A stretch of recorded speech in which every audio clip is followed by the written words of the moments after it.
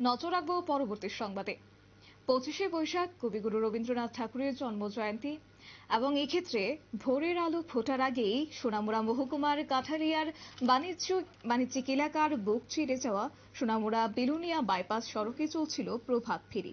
এই সময়তে আকাশ বাতাস মুখরিত হয়ে ওঠে বাঙালি সম্প্রদায়ের মহামানব কবিগুরু রবীন্দ্রনাথ ঠাকুর, রবীন্দ্রনাথের রচিত গান, নাচ, কবিতা, আবৃত্তি ইত্যাদি মিষ্টি মুখর কণ্ঠে যেন আকাশ বাতাস বৈশাখীর এই স্মৃতিমধুর খানিকটা পরিবেশ পরিস্থিতি। সংশ্লিষ্ট এলাকার মানুষ তখন প্রাতঃঘুমে অনেকেই বিভোর, তবুও রাস্তার দুপাশে দাঁড়িয়ে কান পেতে শুনছিলেন প্রভাত ফেরি সেই অপূরণ দৃশ্য। মাঝে নৃত্য, মাঝে মাঝে আবৃত্তি, আবার কখনো বা মহামানবের জীবন দর্শনের উপর আলোচনা ইত্যাদি বিষয়ে মিলিত এক অভিনব পরিবেশ সৃষ্টি হয়েছে আজ সোনামুড়া মহকুমায়। কি বলছেন গোটা বিষয়কে কেন্দ্র করে সংশ্লিষ্টরা, শুনুন। ৬৬তম জন্মতিথিতে আম্বেদকর সংস্থা আয়োজিত সকালবেলা গুরুর প্রতি মাল্যদান এবং প্রভাত ফেরি করেছিল। প্রভাত ফেরি কাঠালিয়ার বিভিন্ন পথ অতিক্রম করেছে।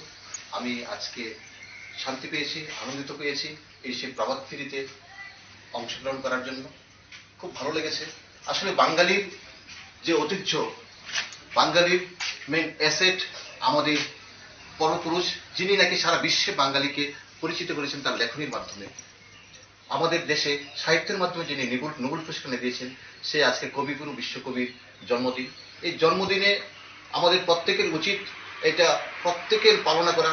বাংলা সাহিত্যকে সারা বিশ্বে আমরা যাতে এটা ধরে রাখতে পারি, ওনার চর্চা, ওনার কবিতা, ওনার গান, ওনার নাটক সবকিছু যাতে চতুর্দিকে আমরা ছড়িয়ে দিতে পারি, তার জন্য আমাদের প্রত্যেকটি বাঙালির দায়িত্ব।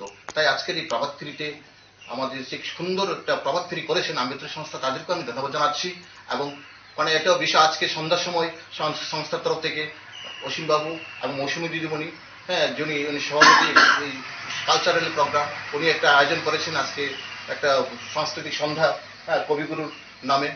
সে এটাতেও আমি থাকবো এবং আশা করি সবাইকে একটা আমন্ত্রণ জানাচ্ছি। খুব ভালো দিন কাটবে সে আশা করছি। ধন্যবাদ। আপনারা শুনলেন তাদের বক্তব্য। আজকে সোনামুড়া মহকুমায় প্রভাত ফেরি এক অভিনব পরিবেশ সৃষ্টি হয়েছে। চিরাচরিত ঐতিহ্যবাহী আম্বেদকর সমাজ উন্নয়ন সংস্থার উদ্যোগে রবীন্দ্র ঠাকুরের জন্মজয়ন্তী উদযাপন উপলক্ষে যা প্রত্যক্ষ করলো অনেকেই, যারা সরাসরি প্রত্যক্ষ করেছেন প্রকৃত অর্থে তারাই মুখে বলেছেন বাঙালি সংস্কৃতিকে ফিরিয়ে আনতে ফিরে আসুক আবারও পুরনো সেই দিনগুলো। নিয়ে নিচ্ছে ছোট্ট একটি বিজ্ঞাপন বিরতি, সঙ্গে থাকুন।